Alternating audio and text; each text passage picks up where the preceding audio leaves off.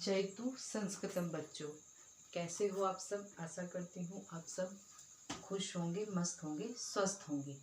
चलिए आज हम सीबीएसई बोर्ड वाली कक्षा 6 की बुक पढ़ेंगे, संस्कृत मंजरी। ठीक है, संस्कृत मंजरी। चलिए जल्दी से अपनी बुक निकाल लीजिए। कई दिनों बाद आज मैंने ये 6 क्लास की उठाई है। व्याकरण और कक्षा 7 में ही लग रहे थे तब से। चलिए आज मैं इसका कंप्लीट कराऊंगी। हमने इसके 3 पार्ट पूरे कर लिए हैं।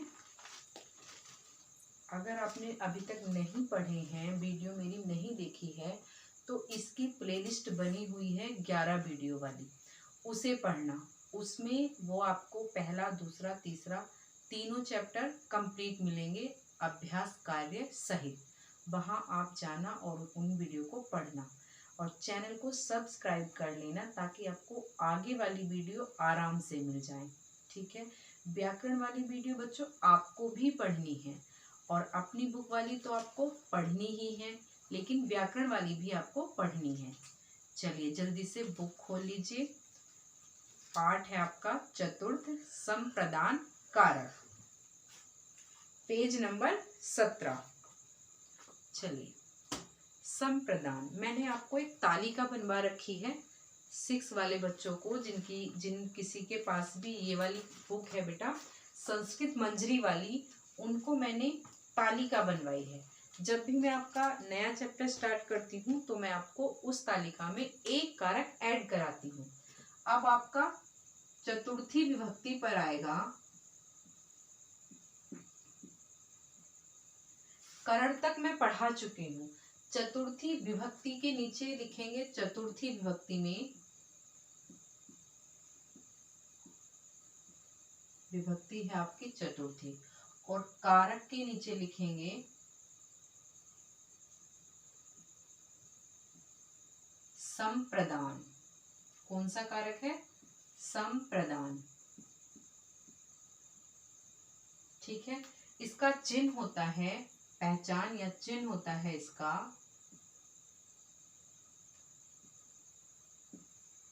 के लिए। जल्दी से उस तालिका को खोलिए।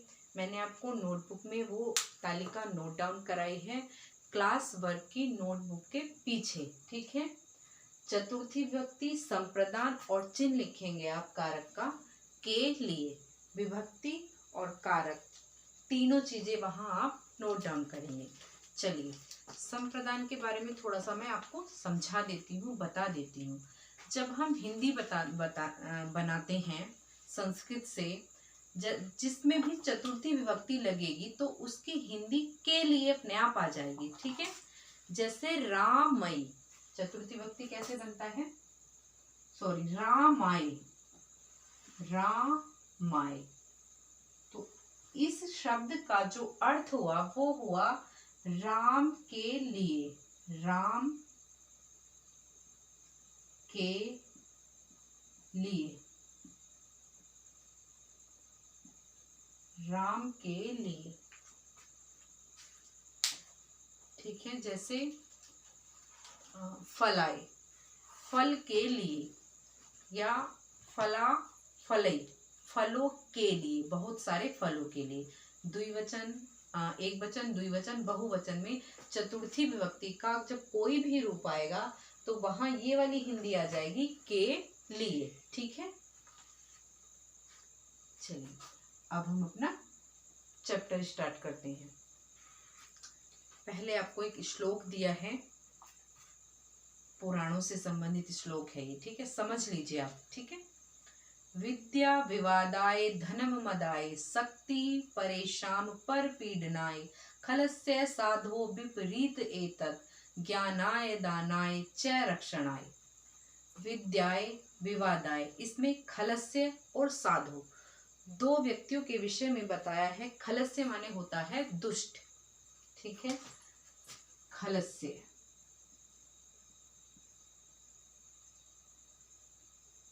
खलस्य दुष्ट, दुष्ट की। षष्ठी विभक्ति है खलस्य में, तो दुष्ट की। साधो,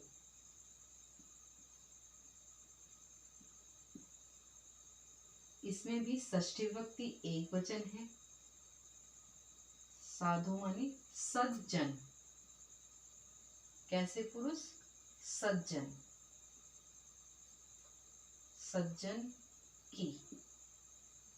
ठीक, चलिए अब हमारे देखिए तीसरी लाइन में देखिए नीचे, खलस्य साधो विपरीतम एतत्।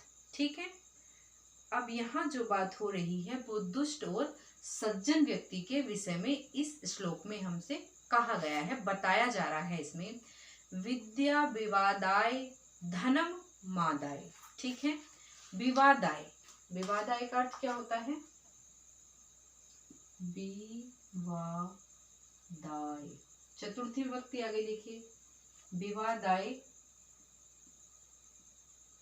लड़ाई झगड़े, लड़ाई झगड़े के लिए।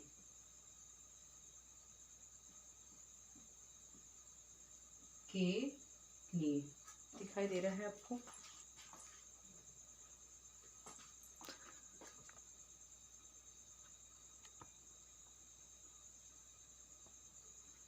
लड़ाई झगड़े के लिए। ठीक है, अब ऊपर की जो लाइन है वो जो यूज की है, एक बार तो आएगी दुष्ट व्यक्ति के साथ और एक बार आएगी साधु यानी सज्जनों के साथ। देखिए पहले एक एक का अर्थ समझ लीजिए, उसके बाद हम इसका अन्वय करके अनुवाद करेंगे। ठीक से, चलिए।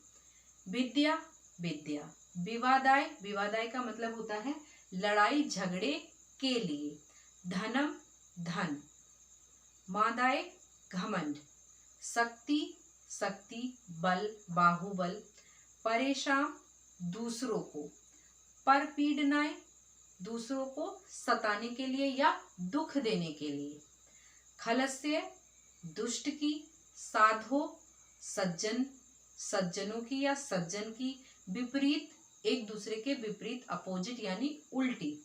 एतत्, एतत् माने यह है। किसकी बात हुई है? ये जो ऊपर एतत् बताए गए हैं, विद्या और शक्ति, परेशान, इनके लिए आया है हमारा एतत्। ज्ञानाय, ज्ञान के लिए। दानाय, दान के लिए। च और। रक्षणाय, रक्षा के लिए। ठीक है, इतना समझ आया? चलिए अब हम इनको वर्ड को जोड़ लेते हैं जिसके साथ ये फिट बैठेंगे। ठीक है, अब आता है खलस्य। ये कह रहा है, इस लाइन में जो कहा गया है, खलस्य, खल यानी दुष्ट, दुष्ट व्यक्ति की जो विद्या होती है वह लड़ाई झगड़ों के लिए होती है। दूसरी तरफ धन, दुष्टों का धन घमंड के लिए होता है। और दुष्टों की शक्ति ही, दुष्टों की जो शक्ति है वो दूसरों को पीड़ा पहुंचाने के लिए या दुख पहुंचाने के लिए होती है। उधर ही उसके विपरीत जो साधु जो लोग हैं, जो सज्जन व्यक्ति हैं, उनकी जो विद्या होती है वो विद्या उनको ज्ञान देने के लिए होती है। यानी दूसरों को विद्या, सज्जनों की विद्या दूसरों के ज्ञान के लिए होती है। और सज्जनों का धन दूसरों के दान के लिए होता है। सज्जनों के पास जो बल होता है, जो शक्ति होती है, वो किसी दूसरे लोगों की सहायता करने के लिए होती है, ना कि परेशान, दूसरों को परेशान करने के लिए नहीं होती। ठीक है, च रक्षणाय, रक्षा के लिए, दूसरों की रक्षा के लिए। अब इसकी एक साथ हिंदी देखते हैं। ठीक है, दुष्ट व्यक्ति और सज्जन व्यक्ति में क्या विपरीतता है, क्या उल्टा होता है, वो एक दूसरे के बिल्कुल अपोजिट होते हैं। इसी बात को यहाँ इस श्लोक में समझाया जा रहा है कि दुष्टों की विद्या लड़ाई झगड़ों के लिए होती है, दुष्टों का धन घमंड के लिए होता है, और दुष्टों की शक्ति दूसरों को दुख देने के लिए ही होती है। उधर दूसरी तरफ जो साधु, जो संत लोग हैं, उनकी जो विद्या होती है वो ज्ञान के लिए होती है। दूसरा, उनका जो धन होता है वो दान के लिए होता है। और साधु जनों की जो शक्ति होती है वो दूसरों की रक्षा के लिए होती है। ठीक है, ये चारों लाइनों का हमें अर्थ अलग अलग बताना है। पहले हमें तीसरी लाइन का लेना है और तीसरी लाइन से हमें इनका एक बार दुष्ट के साथ जोड़ना है और एक बार साधु यानी सज्जन के साथ जोड़ना है। ठीक है, विद्या विवादाय धनम मादाय शक्ति ही परेशान पर पीडनाय खलस्य साधो विपरीत एतम ज्ञानाय दानाय च रक्षणाय। समझ आई बच्चों? दुष्टों की विद्या लड़ाई झगड़ों के लिए, विद्याय विवादाय मादाय इन सब में हमारा संप्रदान कारक है के लिए। ठीक है, दुष्टों की शक्ति, दुष्ट व्यक्तियों की जो शक्ति होती है वो दूसरों को दुख देने के लिए ही होती है और किसी काम नहीं आती। उसी तरफ दूसरी ओर जो सज्जन व्यक्ति होते हैं उनकी विद्या दूसरों का ज्ञान बढ़ाती है, दूसरों को ज्ञान देने के लिए होती है। साधु जनों का जो धन होता है वह दूसरों की सहायता के लिए होता है, दान के लिए होता है। जब भी संत लोग दान करते हैं जब दूसरों को जरूरत पड़ती है, उनकी सहायता के लिए होता है। साधु जनों का जो शक्ति होती है, जो उनके पास बाहुबल होता है, तो वो किस लिए होता है? कमजोर व्यक्तियों की, दूसरे व्यक्तियों की रक्षा के लिए होता है। ठीक है, अब ये 4 लाइनें आपको आराम से समझ आ गई होंगी। ठीक है, चलिए अब आपके चित्र बने हुए हैं। पहले चित्र में है आचार्याय नमः। बेटा नमः के योग में चतुर्थी विभक्ति हमेशा होती है। चतुर्थी नमः, स्वधा, स्वहा, वसट, ये अलम, ये जो सूत्र है ये संप्रदान का सूत्र है और ये चतुर्थी विभक्ति करता है। ठीक है, आचार्याय नमः, आचार्य यानी गुरु के लिए नमस्कार। जनकाय नमः, पिताजी को नमस्कार, पिताजी के लिए नमस्कार। ठीक है, श्री गणेशाय नमः, श्री गणेश जी को नमस्कार। अग्नये स्वाहा, स्वाहा शब्द आया, नमः शब्द आया, अपने आप ही इन सब में चतुर्थी विभक्ति हो गई है। अग्नये स्वाहा, अग्नि में अग्नि के लिए स्वाहा। सरस्वत्यै नमः, सरस्वती देवी के लिए नमस्कार। ओम नमः शिवाय, ओम नमः शिवाय, ओम किसको? शिव को नमस्कार, शिव के लिए नमस्कार। ठीक है, 6 चित्र हैं आपके, 6 में सब में ऊपर वालों में भी और नीचे वालों में भी 5 में नमः वाला शब्द है। जहां भी नमः शब्द जुड़ेगा वहां हमारा क्या आ जाएगा? संप्रदान कारक। ठीक है, आचार्याय नमः, जनकाय नमः, श्री गणेशाय नमः, सरस्वत्याय नमः, ओम नमः शिवाय। ठीक, और अग्नये स्वाहा, अग्नि स्त्रीलिंग है इसलिए अग्नये स्वाहा, उसमें स्वाहा जुड़ा है। अग्नि में क्या करते हैं? स्वाहा। स्वाहा शब्द के साथ भी हमारे चतुर्थी विभक्ति और संप्रदान कारक ही आता है। ठीक है, नीचे 2 लाइनें और हैं, इनको देख लीजिए। अष्टादश पुराणेषु व्यासस्य वचनद्वयं परोपकारः पुण्याय पापाय परपीडनम्। ठीक है, अष्टादश 18, अष्टादश का मतलब क्या हुआ? 18।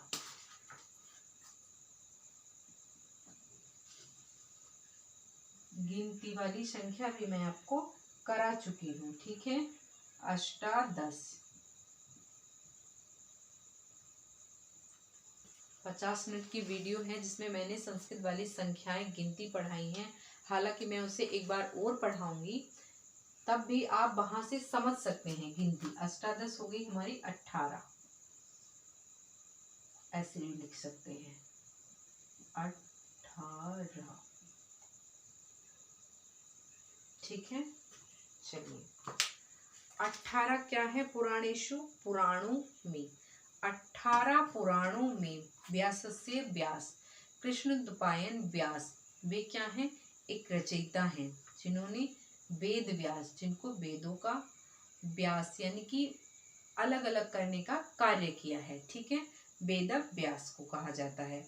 18 पुराणों में भी वेद व्यास जी ने कुछ वचन कहे हैं। वचन द्वयम, 2 वचन कहे हैं, परोपकार के लिए और परपीडन के लिए। ठीक है,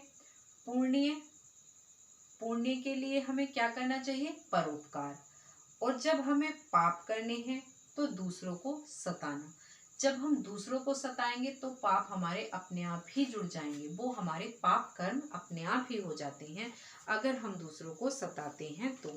परपीडनम, जब हम पर माने दूसरे, पीड़ा माने दुख, जब हम दूसरों को दुख पहुंचाएंगे तो हमारे पाप एकत्र हो जाते हैं जो हमें भोगने पड़ते हैं। परोपकार पुण्याय, जब हमें पुण्य चाहिए, जब हम दूसरों के ऊपर परोपकार करते हैं।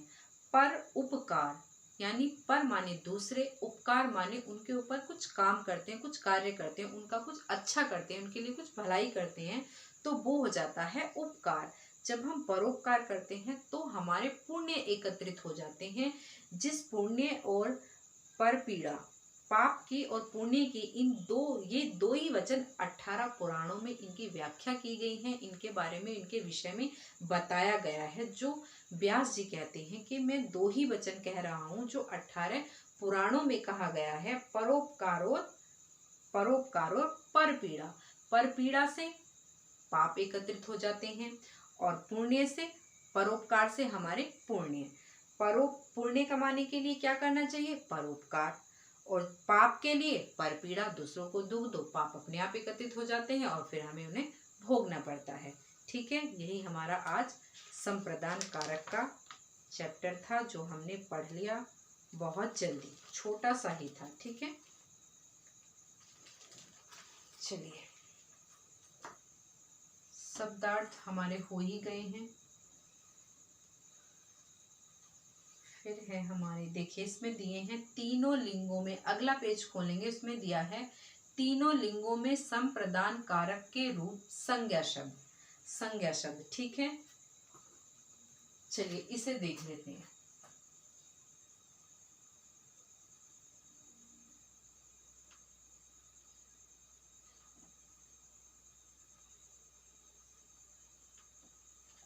बच्चों एक बार पढ़कर, जब हम आप क्लास में पढ़ा और घर आके अपनी बुक बंद करके रख दी, टेस्ट आए तो खोल ली, याद कर लिया, पेपर आए तो याद कर लिया, उससे हम सीख नहीं पाते। बेशक हम नंबर अच्छे ला सकते हैं लेकिन हम कुछ सीख नहीं पाते, समझ नहीं पाते। वो तो रटन विद्या हो गई, रटा, पेपर दिए, पास हो गए। जब हमें किसी भी चीज को सीखना होता है ना, समझना होता है ना, तो उसके लिए हमें अपने मस्तिष्क को एकाग्र करना होता है। जब हम एकाग्र मन से किसी चीज को सीखने के लिए तत्पर हैं, सीखना चाहते हैं, उस वस्तु को, उस काम को, उस पढ़ाई को हम आराम के साथ सीख जाते हैं। कोई भी सब्जेक्ट तब पढ़िए तब आपका मन हो, तब आपको लगता हो कि हाँ मुझे ये चीज समझनी है, ये कैसे हुआ है, जिज्ञासा रखिए। और बच्चों के पास इस उम्र में बहुत जिज्ञासा होती है। बच्चों कोई भी सब्जेक्ट, मैं ये नहीं कहती कि संस्कृत ही पढ़िए, नहीं, हर सब्जेक्ट को समय दीजिए, हर सब्जेक्ट को पढ़िए। जब आप 4-6 घंटे स्कूल में पढ़ते हैं, स्कूल में पढ़ने के बाद आप घर बैग बस्ता बंद करके रख देते हैं, ये चीज गलत है। अगर आप सोचेंगे कि मैं स्कूल में पढ़कर और ट्यूशन पढ़कर ही पास हो जाऊंगा या आज के टाइम में अच्छे नंबर ला पाऊंगा, तो ऐसा सोचना बिल्कुल गलत है। आप जितना स्कूल में पढ़ते हैं, आधे घंटे में कितना पढ़ते हो? आधा चैप्टर। चलिए छोटा होगा तो पूरा चैप्टर पढ़ लेंगे, कुछ एक्सरसाइज मैथ में कर लेंगे, कुछ चैप्टर आप इंग्लिश में, साइंस में, सब में पढ़ेंगे आधे आधे।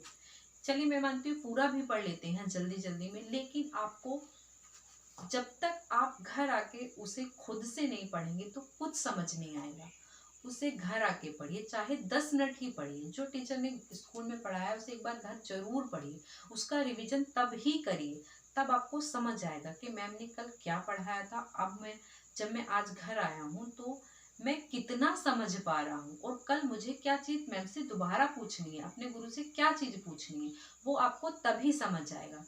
अगर आप नहीं पढ़ेंगे तो आपको समझ ही नहीं आएगा कि मुझे कितना आया और कितना रह गया, वो तो सारा ही रह गया क्योंकि आपने पढ़ा ही नहीं है। एक बार में कोई भी चीज हमारा दिमाग 100% नहीं ग्रहण करता। 50% कर लेगा, 60 कर लेगा, 70 कर लेगा, 80 कर लेगा, लेकिन 100% कभी नहीं करता। 100% 1 से 2 बार, 2 से 3 बार जब हम उसे समझेंगे, पढ़ेंगे, तभी ग्रहण करता है। ठीक है, थोड़ा पढ़ो लेकिन समझ कर पढ़ो और मन से पढ़ो। ठीक है, कोई भी सब्जेक्ट हार्ड नहीं होता बच्चों। तुम्हारे पास ऐसा कोई काम नहीं होता है सिवाय पढ़ाई के, इसलिए खेलने का टाइम भी रखिए, खाने पीने का अच्छे से आराम का सबका समय रखिए, लेकिन स्कूल में जो पढ़ा है उसका रिवीजन, उसका समय जरूर निकालिए। ठीक है, चलिए हम देख लेते हैं तीनों लिंगों में संप्रदान कारक के रूप। संज्ञा शब्द दिए हैं, ठीक है, राम के दिए हैं, रमा के दिए हैं और पुस्तक के। केवल क्या दिया है उन्होंने, संप्रदान, चतुर्थी विभक्ति। ठीक है,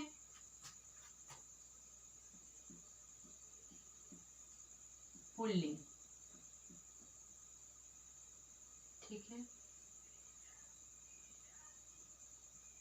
पुल्लिंग, स्त्रीलिंग। तीसरा कौन सा लिंग होता है बेटा, नपुंसक लिंग।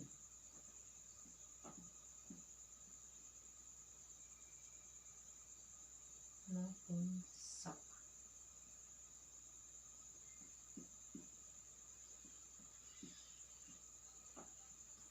चलिए यहां लिखेंगे हम राम, यहां लिखेंगे रमा, और नपुंसक लिंग में दिए हैं पुस्तक के,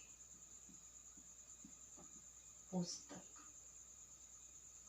अब आप तीन वचनों में इनके रूप देखेंगे। ठीक है, राम का एक वचन क्या होगा, रामाय, रामाभ्याम। द्विवचन में रामाभ्याम, बहुवचन में रामे भी, रामेभ्य। ठीक है, ये एक वचन, ये द्विवचन और ये बहुवचन। आपको एक वचन, द्विवचन और बहुवचन ही नोट डाउन करना है। ठीक है, फिर है रमा का, रमा का चतुर्थी एक वचन। आज चतुर्थी एक वचन इसलिए क्योंकि हमने संप्रदान चतुर्थी विभक्ति और संप्रदान कारक ही पढ़ा है, इसलिए ये वाले रूप हमें ऐसे ही करने हैं, चतुर्थी विभक्ति का केवल। ठीक है, रमा यई, रमा यई, रमा भ्याम, रमाभ्याम और रमाभ्य, रमाभ्य। ठीक है, एक वचन, द्विवचन और बहुवचन। पुस्तकई, पुस्तकाय, राम की तरह चलेंगे। पुस्तक अकारांत है तो राम की तरह चलेंगे, नपुंसक लिंग। प्रथमा और द्वितीया चेंज होती है, प्रथमा और द्वितीया में अलग रूप बनते हैं, बाकी तृतीया से पुल्लिंग के समान चलते हैं। ठीक है, पुस्तकाय,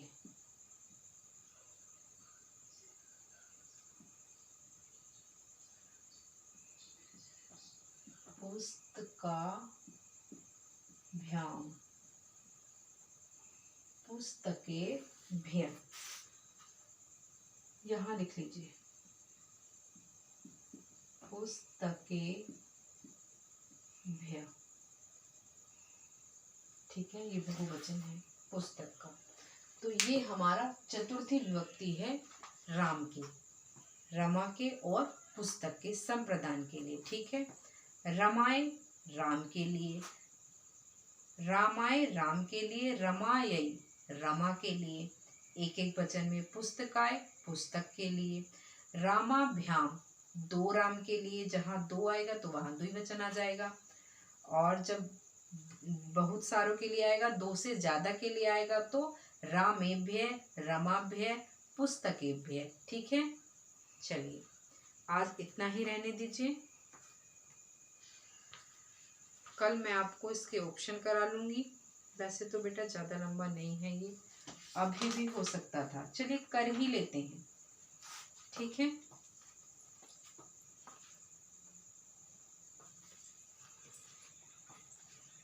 चलिए इसके जो रिक्त स्थान दिए हैं वो मैं आपको ना शब्द दिए हैं, आपके ये शब्द दिए हैं जो आपको देखकर लिखने हैं। तो ये मैं आपको बता देती हूँ ऐसे ही, क्योंकि इन्हें लिखने की देखने की जरूरत तो है नहीं, क्योंकि आपकी पुस्तक में ये ऐसे ही दिए हैं। रिक्त स्थान है, उसमें आपको सहायता के लिए 4 रिक्त स्थान है, तो 4 ही शब्द दिए हैं। देखिए, पहला है माता, फिर रिक्त स्थान है दुग्धम ददाती। माता पुत्र के लिए, पुत्राय, इसमें क्या आएगा? माता पुत्राय दुग्धम ददाती।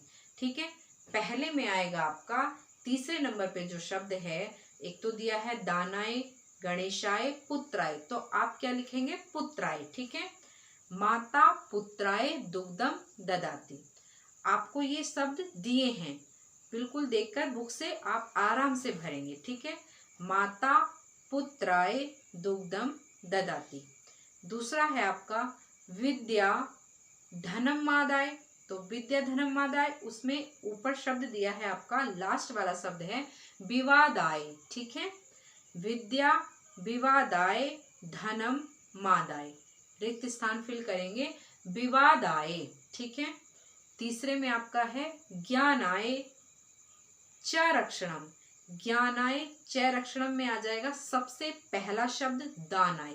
ठीक है, सबसे पहला जो 4 शब्द दिए हैं उसमें सबसे पहला दिया है आपका दानाय, तो ज्ञानाय दानाय च रक्षणम। ठीक है, तीसरा कंप्लीट हो गया।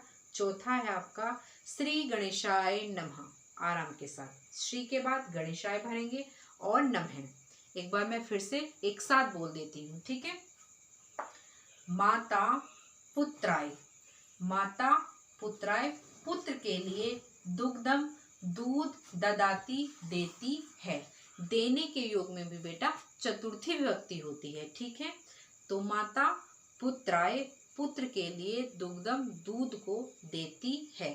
ठीक है, क्या देती है? दूध। दूध किसे देती है? पुत्र के लिए। हो गया हमारा रिक्त स्थान, हमें याद भी हो गया, माता पुत्राय दुग्धम ददाती। दूसरा है हमारा विद्या विवादाय धनम मादाय। सबसे पहली लाइन जो हमने अभी श्लोक पढ़ा है उसकी सबसे पहली लाइन यही है। देखिए, आप बुक पीछे खोलिए, विद्या विवादाय धनम मादाय। ठीक है, ये क्या है? दुष्टों की विद्या क्या है? लड़ाई झगड़े के लिए। ठीक है, और दुष्टों का धन कैसा है? घमंड के लिए। ठीक, तो ज्ञानाय दानाय, तीसरा वाला ज्ञानाय दानाय च रक्षणम। ठीक, ज्ञानाय दानाय पहले श्लोक की सबसे लास्ट वाली लाइन है, ज्ञानाय दानाय च रक्षणाय। याद हो गया आपको? ज्ञानाय दानाय च रक्षणाय। ठीक है, सबसे लास्ट है आपका चौथा रिक्त स्थान, श्री गणेशाय नमः। श्री गणेशाय नमः। ठीक, अब है आपका, ये तो बहुत इजी है बच्चों, निम्नलिखित वाक्यों से संप्रदान कारक को छांटिए। आपको संप्रदान कारक छांटना है। मैंने आपको अभी बताया संप्रदान कारक, अभी लिखवाया था रामाय। ठीक है, चतुर्थी विभक्ति जो है हमारी वो संप्रदान है, तो इसका नाम क्या हो गया? संप्रदान। अब हमें क्या छांटना, क्या है? संप्रदान। अब अपने आप से बताएंगे और अंडरलाइन करेंगे और सामने लिखेंगे। ठीक है, आपको सामने बुक में जगह दी हुई है, उसके नीचे आप भरेंगे। खलस्य विद्या विवादाय भवति। खलस्य विद्या विवादाय भवति। तो आपका जो संप्रदान है वो कौन सा शब्द है यहाँ? विवादाय। तो आपको किसके नीचे अंडरलाइन करनी है? विवादाय, और सामने लिख देना है विवादाय। ठीक है बेटा। अब अगला है हमारा नंबर 2, खलस्य धनम मादाय भवति। तो संप्रदान कारक कौन सा हो गया बेटा? जिसमें यह आ रहा है, मादाय। मादाय भवति, मादाय भवति, मादाय। हाँ बेटा, मादाय, यही लिखना है, यही हमारा संप्रदान कारक है। खलस्य धनम मादाय के नीचे अंडरलाइन करिए और इधर साइड में लिख दीजिए। फिर है तीसरा, सज्जनस्य विद्या ज्ञानाय भवति। सज्जन की विद्या ज्ञान के लिए होती है, तो ज्ञान आय, ये आय जहाँ आया है वहीं ज्ञान आय के नीचे अंडरलाइन और दूसरी साइड आपको ज्ञान आय लिख देना है, ठीक है। चौथा है आपका परोपकारः पुण्याय भवति। परोपकार, परोपकार से क्या होता है, पुण्य मिलते हैं। परोपकार पुण्य के लिए, ठीक है। तो पुण्याय, जहाँ आय आया है तो वो शब्द है आपका पुण्याय। पुण्याय को दूसरी साइड लिख देंगे। चारों आपके कंप्लीट हो गए। पहले में विवादाय है, दूसरे में मदाय है, तीसरे में ज्ञानाय है और चौथे में आपका पुण्याय। अगला प्रश्न है आपका निम्नलिखित वाक्यों का संस्कृत में अनुवाद कीजिए। चलिए इसको मैं आपको बोर्ड पे करा देती हूँ। चलिए संस्कृत, हिंदी से हमें संस्कृत में अनुवाद बनाने हैं। प्रश्न है हमारा यह,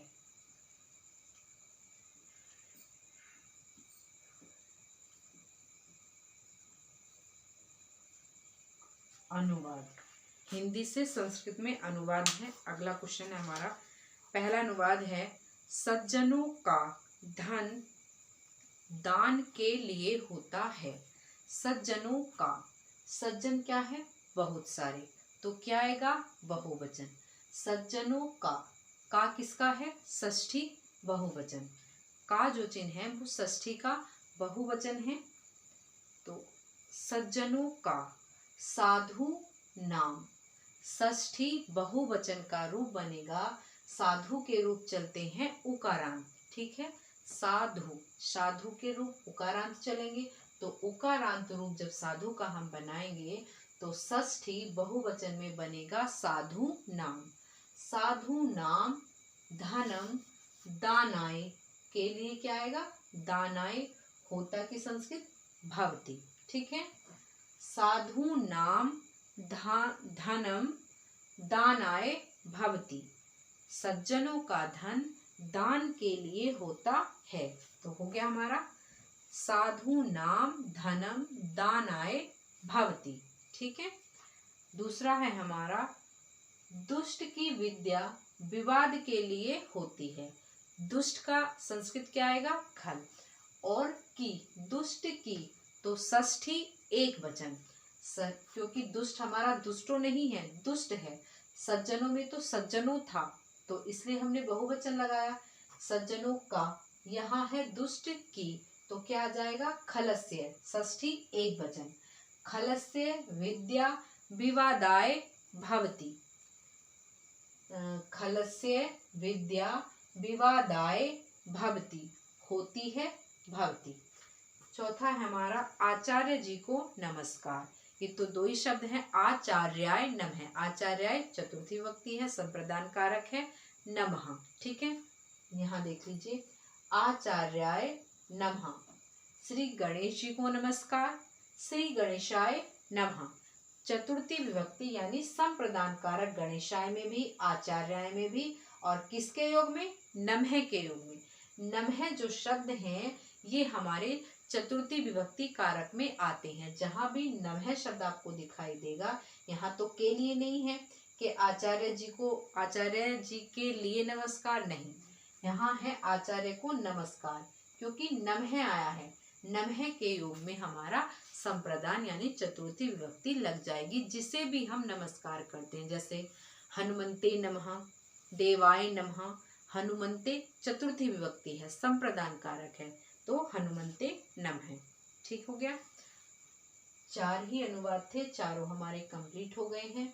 सज्जनों का साधु नाम, दुष्टों की खलस्य, आचार्याय, ठीक है, आचार्याय।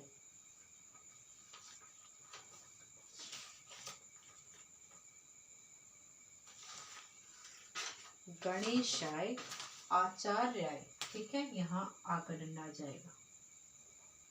आचार्याय नमः, गणेशाय नमः। तो आपके अनुवाद भी कंप्लीट हो गए। आज देखिए हमने चैप्टर पढ़ भी लिया, क्योंकि बहुत छोटा सा चैप्टर था, 4-5 लाइनें थी संस्कृत में बस, और हमारी एक्सरसाइज भी होगी। ये सबसे इजी चैप्टर था आपका 6 के लिए, ठीक है। रिक्त स्थान हो गए, वाक्यों में संप्रदान छाटना हो गया, और निम्नलिखित वाक्यों का संस्कृत में हमने अनुवाद भी कर दिया। आपके चतुर्थी विभक्ति के कुछ शब्द दिए हैं और उनके रूप दिए हैं, ये आपको याद करने हैं। देखिए, जैसे मैंने अभी लिखवाए थे आपको, राम के रामः रामाय, केवल ये चतुर्थी विभक्ति दी है। आपको राम के शब्द रूप सारे याद करने हैं और अकारांत जितने भी रूप होंगे आपको राम के तरह ही बना लेने हैं, ठीक है। फिर लता के याद करेंगे तो जितनी भी अकारांत नाम स्त्रीलिंग होंगे फिर उनके लता के समान चल जाएंगे। जैसे लतायै, लताभ्याम, लताभ्य। बालक के राम के जैसे चलेंगे, बालकाय, बालकाभ्याम, बालकेभ्य, ठीक है, बालकाभ्य। हरि के अलग चलेंगे, इकारांत है, हरि में इकारांत है तो हरि के अलग चलेंगे। हरि, स्त्री, गुरु, मधु, पित, इन्हें एक बार पढ़ लीजिए, ठीक है। हरि के क्या बनेंगे, हरय, हरिभ्याम, हरिभ्य। स्त्री के स्त्रई, स्त्रीभ्याम, स्त्रीभ्य। गुरु के गुर्वे, गुरुभ्याम, गुर्वे, गुरुभ्य। हम गुरु को जब नमस्कार करेंगे, जैसे गुरु के लिए गुरु को नमस्कार, तो गुरुवे नमः। चतुर्थी विभक्ति में गुरु का बनेगा रूप गुरुवे, गुरुवाय नहीं बनेगा, गुरुवे बनेगा, ठीक है। गुरुवे, गुरुवाभ्याम, गुरुभ्य। मधु के चलेंगे उकारांत, मधुने, मधुभ्याम, मधुभ्य। पितृ के चलेंगे, पित्रे, पित्राभ्याम और पित्रेभ्य। ये आज हमने चौथा चैप्टर पढ़ लिया, एक्सरसाइज भी कर ली, और कल हम पढ़ेंगे सुभाषितानि, नहीं आपका है अपादान कारक, ठीक है। 7 का सुभाषितानि चैप्टर शुरू होगा, और 6 का ये आपकी CBSE पैटर्न पर लगी हुई है संस्कृत मंजरी बुक, इसमें पढ़ेंगे हम अगला संप्रदान कारक। इस पूरी बुक में आपको कारक का ही ज्ञान दिया गया है, कारक ही समझाए हैं। तो अभी हम चौथे कारक पर पहुंचे हैं, और आपके कारक 6 होते हैं।